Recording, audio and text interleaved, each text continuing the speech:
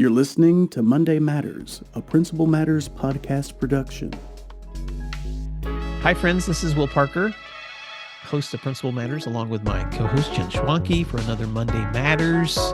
Jen, we're in February, but you asked me this question recently, and I was thinking maybe we should bring it to Principal Matters listeners. What is your one word for 2025?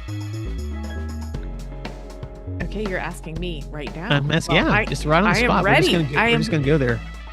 Okay, I have to be very honest. I have to be honest. This word, my word for 2025, is the same word as 2024 and I think 2023. This because it is such an aspirational place for me. I learned this word through a teacher I worked with once. Her name was Chelsea, and she was this word, and it is equanimity. When I heard the word, I didn't even know what it meant. So I Googled it and I read the definition of this word and I thought, well, that's what I want to be. That's the goal. So equanimity, anybody can be Googling it right now and you'll get to the definition faster than my explanation. But in a school leadership context, equanimity is mental stability, really. It's balance. It is to approach really challenging situations, problems, anxieties, confrontations, conflict with calm, with composure, with a mindset of learning and listening and not react impulsively or with deep emotion. So it's what my dad used to call even-minded, I think. And I tend to be, especially in my younger days, I was much more reactive. Even if people didn't see it, I was internally in turmoil many, many times. And so I really try to work toward bringing the legitimate, authentic calm. I first chose this word as my word of the year a few years ago, like I said, and then I forgot about it, right? Because by, January 15th, everybody forgets what they're working on for the year. So I put it up on the door jamb above my office. So I couldn't not see it. I got one of those sticker decals, and it was a way that I had to keep remembering the word, because I do think you have to kind of revisit your word, remind yourself why you chose it, and keep working on it throughout the year. So there's my equanimity story. Thanks to my friend Chelsea. Will, what's yours? Now, I'll be honest, because I usually don't pick a word of the year. Last year, I picked the word seed because my mother had passed away, and she just had inspired me so much with her commitment to just planting seeds in the lives of other people. And so that was kind of a word I sat on last year. But this year, I really hadn't chosen one until you had asked me this question, and I was thinking about, okay, what's that thing I've been really chewing on? And it's the word values. And I want to talk about why I chose that word, Jen. I'm going to come all the way back to the end of every year. I go through this long reflective cycle where I look back at the past year, its milestones, its celebrations, its challenges. And then I try to set goals for the coming year based on lessons learned from all of that. And so a few weeks ago, as the new year's beginning, I was going through goals for, I don't want to say too much here, but just everything: life, work, family, spirit, body, all those things that I like to think about in terms of looking forward. But when I got to the work goals, well, I found myself kind of getting bogged down in the tasks. Like, I was making these lists of, like, maybe I need a video course, or maybe I need to work on the next book, or maybe I need to enhance my associates options, or maybe, all these tasks things.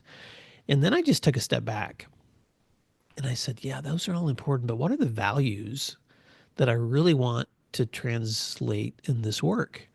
And so I'm actually pulling up my notes because I wrote down 5 things. And they are: 1, I want to learn to actively listen and learn how to be a better consultant. 2, I want to provide collaborative environments for where people can problem solve together. 3, I want to encourage leaders to reflect and have perspective and take action. 4, I want to help others step into or launch their own versions of work they love. And 5, I want to grow deeply as a human being and feel satisfied, and I want others to as well. Mm-hmm.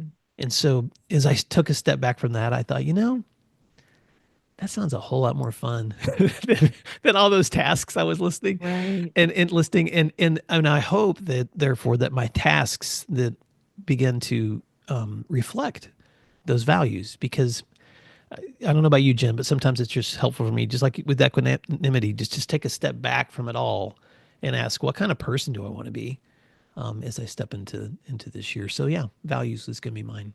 Well, and as you were talking, I was thinking about you and what I know about you. And I think the 5 goals you have are who you are, which I'm validating here the word values. Like the one that stuck out to me was number 2, because you and I had a conversation about a month ago. You called me and you said, "Hey, I have this great idea."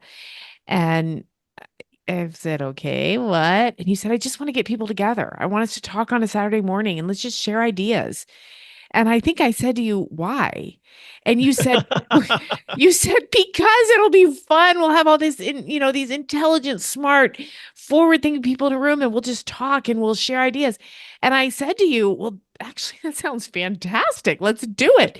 So I think that's who you are. And so what the takeaway here for our listeners is, start with who you are and what you value. And then, as you just showed us, well, then make action steps or goals out of it. But we don't ever want to waste time with action steps that don't align with who we are at our core. So you thinking, "I want people in a room talking," is going to lead to that connectiveness that you're hoping for yourself. So again, the takeaway is, start with who you are and what you value. I love that.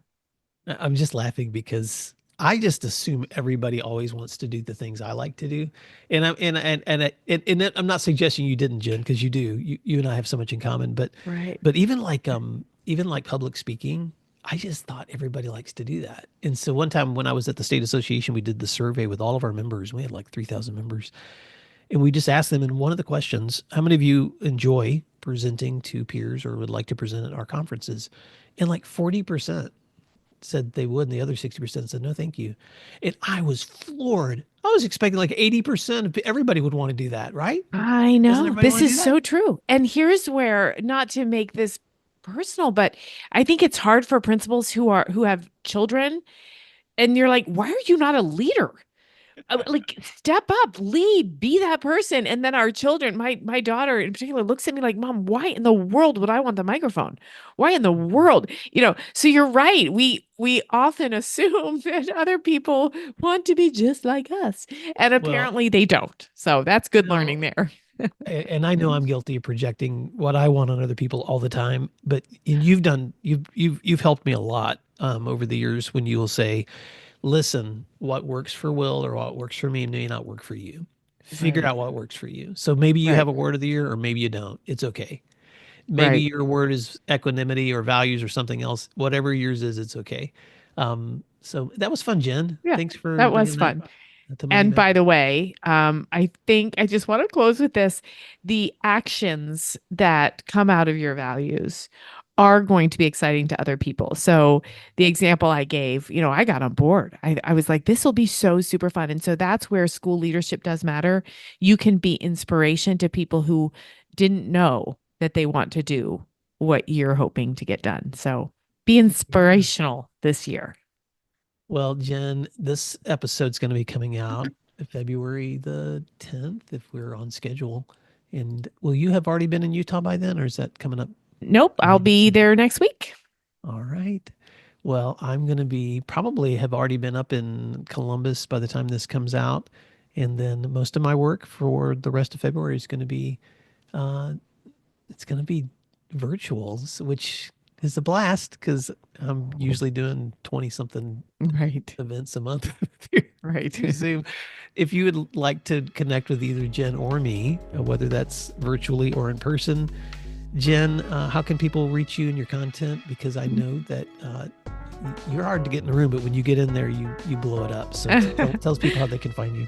That's very kind. You can find me at jenschwanke.com. That's a way to get a hold of me and see some of the things that I'm up to. And you can always find these resources and other free ones like them at williamdparker.com. So until next time, thanks for doing what matters, and we'll see you soon. Thank you for listening to today's episode of Principal Matters, the School Leaders Podcast. If you enjoyed the show, would you take a moment and like, share, subscribe, or leave us a review? In fact, if you share it out with a friend, even more people can become a part of these conversations. Sign up for our newsletter at williamdparker.com for even more free resources. And don't forget to check out our website to learn more about our books, professional development offerings, Grow Academies, masterminds, executive coaching, and keynote presentations. Wow, let's keep learning together. And thank you for doing what matters. Monday Matters.